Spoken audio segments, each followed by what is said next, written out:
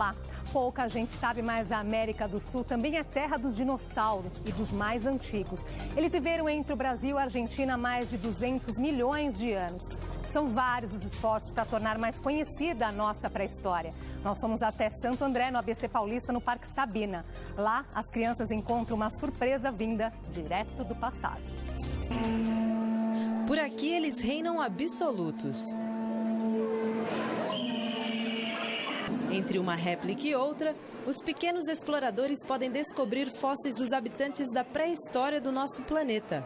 Legal deles terem existido há muito tempo atrás da gente. E eles serem fossilizados, né? Eu acho legal isso. Bruna já estudou sobre eles na escola. Eles eram répteis bem grandes, fortes, que comiam algumas coisas. Ai, eu tenho vergonha. Tudo bem, Bruna. Especialista aqui é o que não falta. Eu sei que eles eram carnívoros e alguns herbívoros. Fernanda já escolheu o seu favorito. Eu gostei daquele. Por quê? Porque ele é um pouco grande e não dá tanto medo em mim. E não é que o escolhido é justamente o Stauricossauro, uma espécie carnívora que viveu aqui no Brasil, no Rio Grande do Sul, no período Triássico. Sabia? É? Era como você imaginava?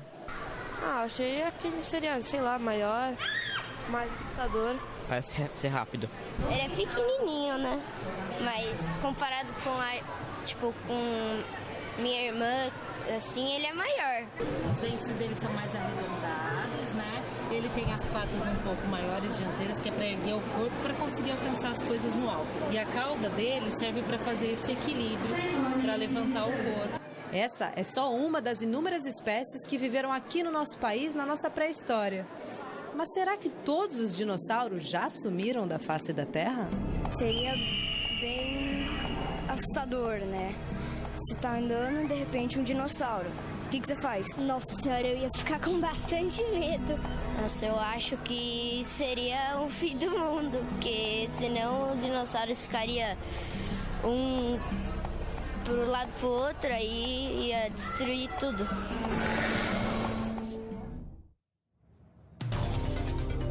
Hoje recebemos o paleontólogo e professor do Instituto de Geociências da USP, Luiz Eduardo Anelli, e o ilustrador científico e paleoartista Rodolfo Nogueira. Eles passaram os últimos anos trabalhando em um livro que traz imagens e informações impressionantes sobre as grandes estrelas da nossa pré-história, os dinossauros e também a paisagem em que eles viveram. Muito obrigada pela presença hoje aqui com a gente. Muito obrigado. Bom, que os dinossauros despertam essa curiosidade, basta ver ali, né, a reportagem, a reação das crianças, os adultos também ficam muito impressionados com toda essa história. Isso é um fato. Agora, quanto nós sabemos dos dinossauros brasileiros, né? Como nós aqui chamamos no começo do programa, que eles existiram, os mais antigos entre Brasil e Argentina. Quer dizer, podemos dizer então que aqui foi o berço dos dinossauros, Sim. Professor. Nós temos esse privilégio de ter as rochas com as evidências dos mais antigos dinossauros preservadas no Brasil. E no Rio Grande do Sul, especificamente. E uma parte dessas rochas está na Argentina também. Então, nós temos essa parceria com os argentinos, assim como o berço dos dinossauros. Né? Nós, nas últimas 2 décadas, nós passamos a conhecer os nossos dinossauros, porque eles aparecem nos museus, porque eles se multiplicaram em número. Os paleontólogos começaram a estudá-los mais. Então, nós demos um salto em 20 anos de 5 dinossauros conhecidos aqui e ali para 40 dinossauros conhecidos. Então, tudo isso nos ajudou. Além disso, o dinossauro é uma coisa que chama muita atenção. É uma oportunidade de entretenimento científico maravilhosa. As crianças amam os dinossauros. Os dinossauros levam as crianças aos museus. Os dinossauros colocam livros na frente das crianças, documentário, etc. Mas nós estávamos há 50 anos nos alimentando e conhecendo a pré-história da América do Norte e da Europa. Sim. Então, as crianças, os adultos principalmente, nós não conhecemos nossa pré-história. Exato, pergunta para as crianças qual. Logo vem à mente o Tiranossauro Rex, né, norte-americano, que lógico, toda uma indústria por trás disso falando sobre esse dinossauro. Mas tem algum dinossauro nosso que assim mereça também ser tratado como uma estrela de cinema? Nós temos dinossauros incríveis, né? Tão incríveis ou mais incríveis que esses dinossauros mais populares que o cinema mostra pra gente, né? A gente tem, por exemplo, um dinossauro carnívoro maior do que o tiranossauro até. É o Oxalaia, né, nele. Sim. E a gente tem dinossauros com características muito importantes. Por exemplo, um dos primeiros dinossauros do planeta, né? O Pampadromeus ou o Stauricossauro, que mostrou na reportagem. E temos animais imensos, né? Como o Uberaba titã, animais que chegavam a 25, 26 metros de comprimento. 25, 26 metros de comprimento. Bom, vocês trabalham aqui nesse livro, nós vamos falar dele aqui ao longo do programa, do paleontólogo Luiz Eduardo Anelli, do paleoartista Rodolfo Nogueira. Eu sei que cada livro, ao trabalhar, traz grandes novidades que até surpreendem vocês. Qual foi? O que esse livro traz que vale a pena destacar aqui? Bom, esse livro traz uma coisa... Uma novidade. Uma novidade super legal. Esse livro ele é maravilhoso pelo seguinte... Os dinossauros são maravilhosos. Acho que tem imagens do livro, dá para mostrar enquanto... Aí, vamos lá. Nós gostamos muito dos dinossauros, todo mundo gosta muito, né? Dinossauros é uma unanimidade. Não há quem fale assim, eu não gosto de dinossauro. Todo mundo gosta. Né? Mas esse livro, além dos dinossauros, que são super legais, são bonitos, são grandes, eles nos dão uma carona no tempo para o período Cretáceo, para o período Jurássico, para o período Triássico, quando o mundo era muito diferente do atual. Então, nós fazemos uma viagem mesmo do tempo. Isso é uma forma de se viajar no tempo, né? Nós não temos uma outra forma, né? A não ser olhar para as rochas e ilustrar com a arte de paleoartistas e a arte dos paleontólogos, o estudo dos paleontólogos, ambientalizar novamente. Então, esse livro, que foi feito a muitas mãos, né? Nós temos um grande ilustrador, que é o Rodolfo. Eu escrevi os textos, mas nós temos outras pessoas, a Ana Piccoli, o Alexandre Guedes, que organizaram centenas, se não milhares de informações desse livro. Mas, respondendo a sua pergunta, assim, esse livro, ele é muito especial, eu acho, porque ele nos leva para um outro tempo, para outras paisagens e conhecer não só os dinossauros, mas o mundo em que eles viveram. Pois é, esse mundo em que eles viveram, que é tão bem retratado aqui, não é, Rodolfo? Queria aproveitar para você explicar o que é essa profissão do paleoartista. Vocês trabalham muito juntos, né? Então, o paleontólogo e o paleoartista, que é o que nos faz entender que cara tinha essas paisagens, né? Que cara tinha esse dinossauro. A paleoarte ela é a arte de representar animais em ambientes extintos, só com objetivo didático ou informativo. Então, não existe outra forma de visualizar esse passado, né? As rochas, elas são como livros, né? Elas guardam os fósseis para a gente, mas a gente não consegue ver como esses bichos foram vivos, a não ser através da imaginação precipitada na arte. Então, a paleoarte, ela ganha uma responsabilidade muito grande na paleontologia. E os dinossauros que a gente estava comentando... Vamos mostrar, enquanto isso, as imagens, algumas ilustrações do Rodolfo, que nós temos também? Pode continuar contando. Os dinossauros, eles não só nos levam para a história, mas eles também abrem uma porta para que a gente consiga ensinar ciências de uma forma mais divertida, mais atraente. Porque as pessoas olham para um dinossauro que tem um bracinho minúsculo e eles perguntam, por que ele tem um bracinho minúsculo? Isso é uma pergunta muito importante, é uma pergunta sobre evolução, né? Então, isso abre, naquele momento, uma oportunidade de a gente contrabandear informações científicas para a mente deles, né? A paleoarte, geralmente, ela obedece a alguns passos para ser feita de forma científica, né? Primeiro, você estuda o fóssil. Então, às vezes eu analiso, nem sempre eu consigo ter acesso ao fóssil, porque às vezes está do outro lado do mundo, né? Mas os brasileiros, a gente consegue analisar o fóssil. E aí, com as informações que o paleontólogo me passa e os artigos que eles escrevem, eu consigo identificar onde está as marcas de inserção e origem do músculo, e aí recriar o volume dele, depois a pele dele, sempre olhando os animais atuais. Não sei se daria aqui para explicar de uma forma simples para o leigo, professor, né? O Rodolfo falou aqui da questão dos fósseis, nós temos aqui, você trouxe alguns exemplos para mostrar para a gente. Como a partir, então, do achado desses registros é possível chegar à descrição de um dinossauro e saber de fato se trata de um dinossauro? Olha só, eu uso uma metáfora para explicar isso, né? E se você encontra o ponteiro de um relógio, só um ponteiro de um relógio jogado no chão, no fundo de uma gaveta. Você sabe que ali existiu um relógio. Sim. Porque um ponteiro não existe sozinho. Então, muitas vezes, nós encontramos fragmentos dos dinossauros. No caso dos dinossauros brasileiros, ainda mais. Às vezes, nós só temos os dentes deles. Nós só conhecemos o dente desse cara aqui, que foi um grande dinossauro que chegava a 8, 9 metros de comprimento. O que foi encontrado, então, foi o dente. Desse caso foi o dente. Um Carcharodontossaurídeo. Mas como é que nós chegamos à cabeça, às cores, etc, etc?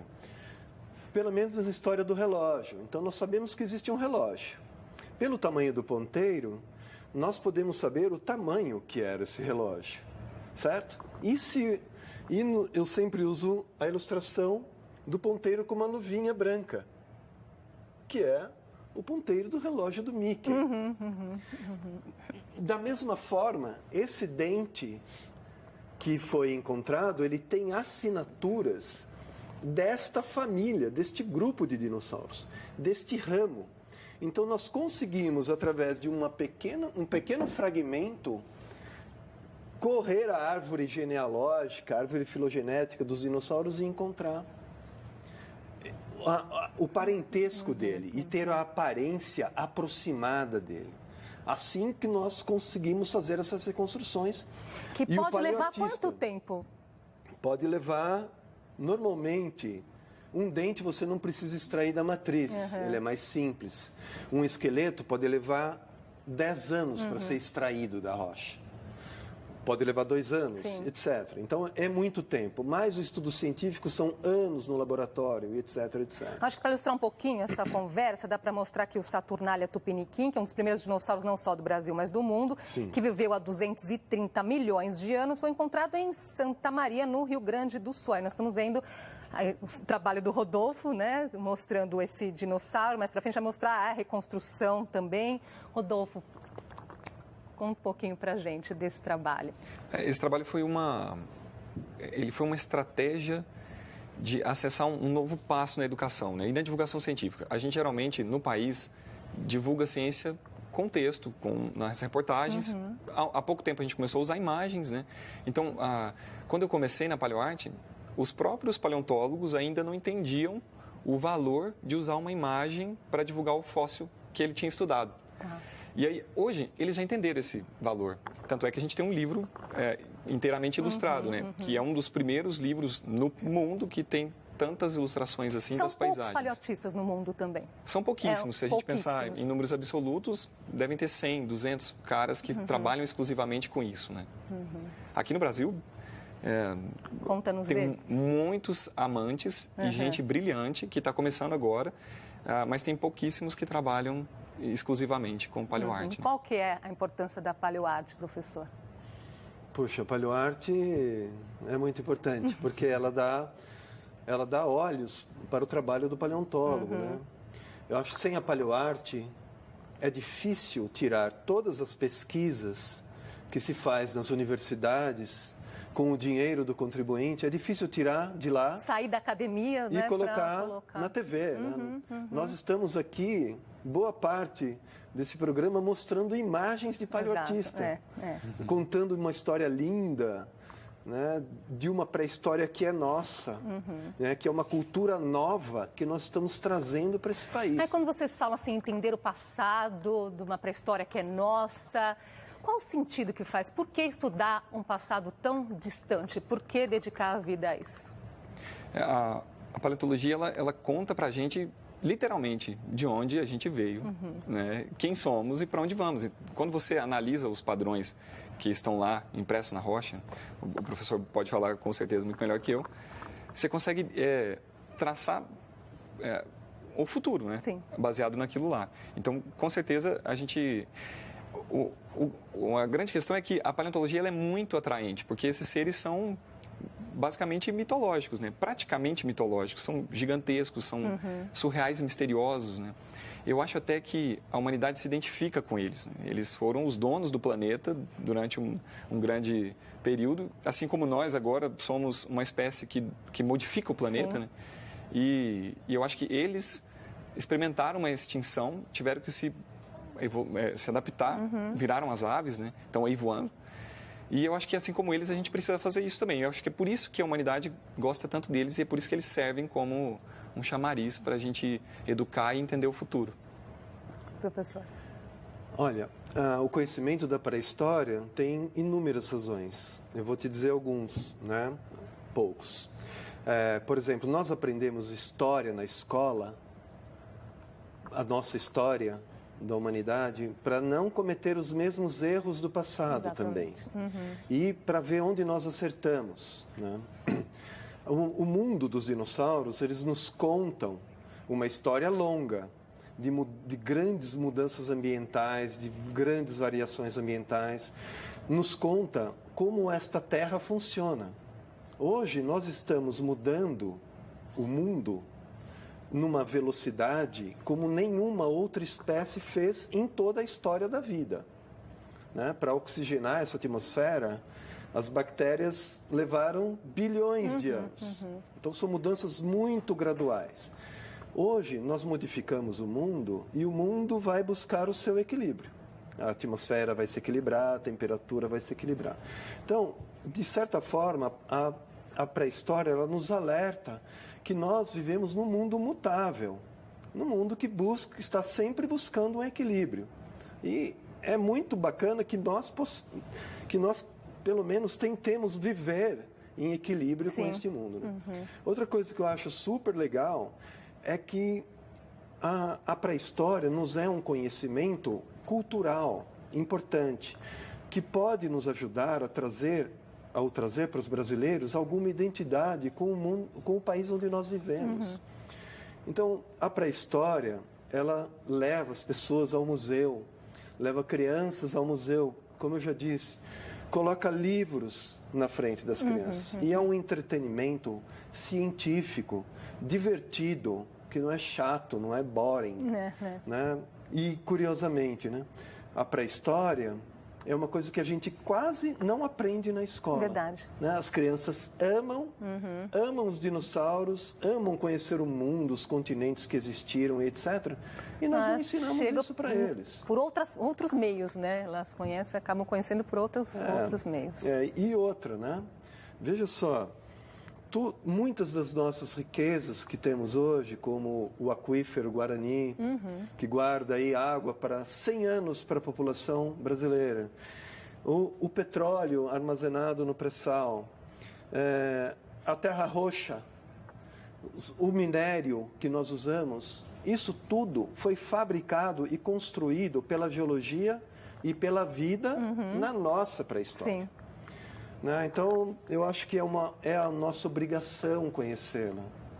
Tanto que eu digo, deveria ter uma matéria na escola chamada A Pré-História do Brasil. É verdade, essa história que vai longe aqui, são vários os exemplos. Nós vamos fazer uma pausinha na nossa conversa e a gente volta já.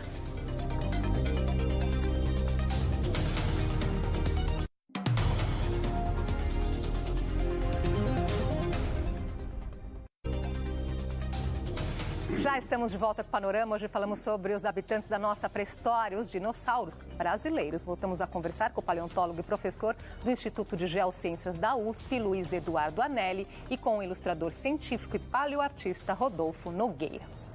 Quando nós vemos as imagens, as cenas dos dinossauros, sempre vem imagens de conflito, muito barulho. O que tem de real aí?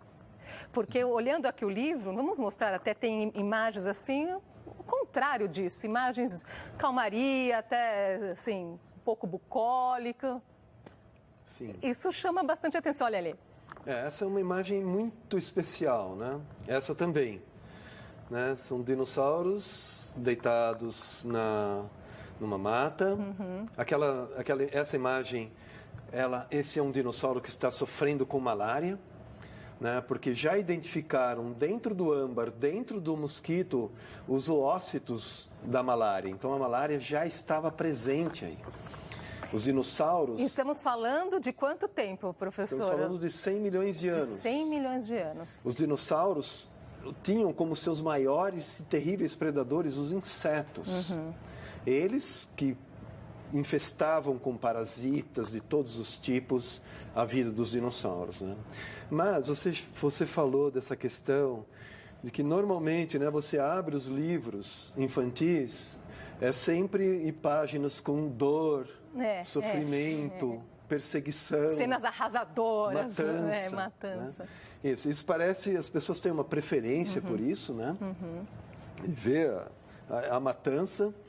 Mas existe uma parte geológica por trás disso também, nem sempre, mas é comum que os grandes momentos de quebra da energia do cotidiano, quando você tinha grandes tempestades, furacões e grandes movimentos de massa de sedimentos, você então produzia o registro geológico. Porque o registro geológico depende de você jogar sedimento em grandes bacias e cobrir a vida que está ali. Então, normalmente, não é incomum que essas imagens retratem esses momentos de grande elevação da energia, né? Como predação, né? Você encontra um esqueleto e junto com aquele esqueleto tem dentes de dinossauros predadores. Por quê? Porque aquilo era um momento que excedia a energia do cotidiano, que era uma caça. Então, esse tipo de coisa acaba sendo mais comum na rocha. E vocês acabam retratando, os livros acabam retratando mais esses momentos por isso. Né? É um momento de morte, né? Sim. Geralmente o registro marca isso, né? Geralmente o momento marca isso, mas eu não conheço ilustrações com dinossauros morrendo de doença, especialmente um dinossauro como esse, que é um grande predador, que todo mundo quer pôr matando todos os outros dinossauros do Brasil. Sim. E, Rodolfo, nesse trabalho, o que mais te surpreendeu? Você tem um dinossauro preferido? Eu tenho um dinossauro preferido, que leva o nome da minha cidade, né, que é o Uberaba Titã, de Beiró, é o maior dinossauro descrito no país, né? Tem ossos de 1 metro, vértebras de 1 metro de comprimento. Eu gosto muito dele, mas é claro que eu tenho essa paixão especial pela nossa pré-história, né? Então, cada dinossauro que eu tenho a oportunidade de imaginar e depois contar para as pessoas como é que eu imaginei, eu fico apaixonado por ele, né? Às vezes até sonho com ele. O que os dinossauros já te ensinaram? Eles me ensinaram, por exemplo, que a gente precisa aprender a solucionar o que incomoda a gente agora para sobreviver, que é o que eu comentei, né? Os dinossauros, na verdade, estão aqui até hoje, né? Eles ainda são o grupo de espécies de maior número, né? Sim. Em terra, né? No ar, que são as aves, né? Então, eu acho que, do mesmo jeito que eles foi o que eu aprendi, assim, que eles me mostraram que é são preciso... as aves. Então, assim, de um certo modo, podemos dizer que ainda vivemos a era dos dinossauros? É isso? Né? De certo modo, nós ainda vivemos, até porque a gente... ama eles, né? E eles estão para todos os lados que a gente olha, né? No cinema, nas revistas, né? Professor, tem uma aí que é as pegadas, não é? Nós temos as pegadas. Aí eu estava pensando, tem aí, né? Então, as pegadas dos dinossauros. Eu sei que tem uma exposição que está na USP agora, que é uma parceria da USP com a Polícia Federal. Então, a Polícia Federal apreendeu aí uma série de fósseis que seriam contrabandeados para fora do país. E aí eu fico aqui pensando, quem são hoje os grandes parceiros dos paleontólogos para esses achados? Achados, assim, quem são os grandes parceiros? Porque de onde que surgem esses fósseis? Isso é uma questão muito interessante, né? É muito difícil encontrar fósseis no Brasil. Né? A maioria dos nossos dinossauros foram encontrados casualmente por pessoas que estavam caminhando pelas estradas, em novos cortes de estrada. Pessoas, não ou que trabalham em pedreiras, e etc, etc. Nós não temos, como na Argentina e na América do Norte, por exemplo, grandes áreas desérticas que você caminha pelas rochas procurando ossos aqui e ali. Nossas rochas hoje, ou elas estão cobertas por 1 ou 2 metros de solo, com um canavial em cima ou com uma grande floresta. Então, os nossos maiores parceiros dos paleontólogos, no caso dos dinossauros, são as pessoas interessadas e que saem a procurar e buscam os afloramentos, ou trabalhadores de pedreiras que, encontrando as coisas, em vez de repente, trabalhando, enviar para contrabandear o fóssil, ligam para as universidades e falam, olha, tem uma coisa super legal aqui, vocês querem ver. Então, existe essa parceria hoje com esses profissionais que trabalham em vários tipos de profissões. Né? E o que vem aí pela frente? Tem novidades, outro livro, exposição? Esse livro ele gerou um conteúdo absurdo, né? De imagens. Esses animais eles são feitos em 3D, né? Você consegue girar, movimentar, mudar o ambiente, a iluminação, né? Criar uma animação disso. Então, a gente planeja um monte de produtos que derivam desse trabalho de 5 anos aí. O mais incrível deles, na minha opinião, uma exposição que a gente vai fazer no meio do ano. Uma exposição que vai ser no Ibirapuera, na Oca. Uau, magnífica. Então é uma grande exposição. Uma das maiores da história e da pré-história do Brasil, né? Mostra de novo, então, não deu para as pessoas verem direito, nós temos as pegadas, né, que nos ensinam várias coisas. Essas pegadas foram encontradas por paleontólogos do Instituto da Biologia lá de São Carlos, da UFSCar, professor Marcelo, um grande paleontólogo. Ele também foi ele quem encontrou a única marca de um xixi conhecida no mundo. É um xixi de dinossauro. Né? Isso aqui não sei se dá para ver direitinho. E eu só gostaria de te responder... Um xixi de dinossauro. É a marca de um xixi de dinossauro. Avestruz, grandes aves não voadoras fazem xixi como... diferente das aves, como mamíferos. Tem uma extrusão líquida. Né? E eu queria... Você fez uma pergunta para o Rodolfo, eu queria aqui responder também o que os dinossauros nos ensinaram. O que você aprendeu com eles? Eu aprendi muitas coisas com os dinossauros, mas uma principal foi a estudar e a escrever. Os dinossauros me ensinaram a estudar e eu acho que isso, a gostar de estudar, isso é uma coisa que nós precisamos ensinar aos nossos jovens. Não que eles estudem muito, mas que eles aprendam a gostar de estudar. E os dinossauros, para mim, foram uma grande... E é algo para toda a vida, não necessariamente para estudar os dinossauros, mas para estudar tantas outras coisas, Sim, para não estudar tantas outras coisas. Infelizmente, eu vou precisar encerrar esse programa, o nosso tempo acabou, mas vem mais pela frente a exposição. E esse livro aqui, fantástico, que fica a dica, O Brasil dos Dinossauros, Luiz Eduardo Anelli e Rodolfo Nogueira. Muito obrigada pela participação de vocês aqui com a gente, que deu só um gostinho de quero mais, muito mais estudar esse assunto. Até uma próxima oportunidade e parabéns pelo trabalho. Muito obrigado. Muito obrigada pela sua companhia. Até a próxima.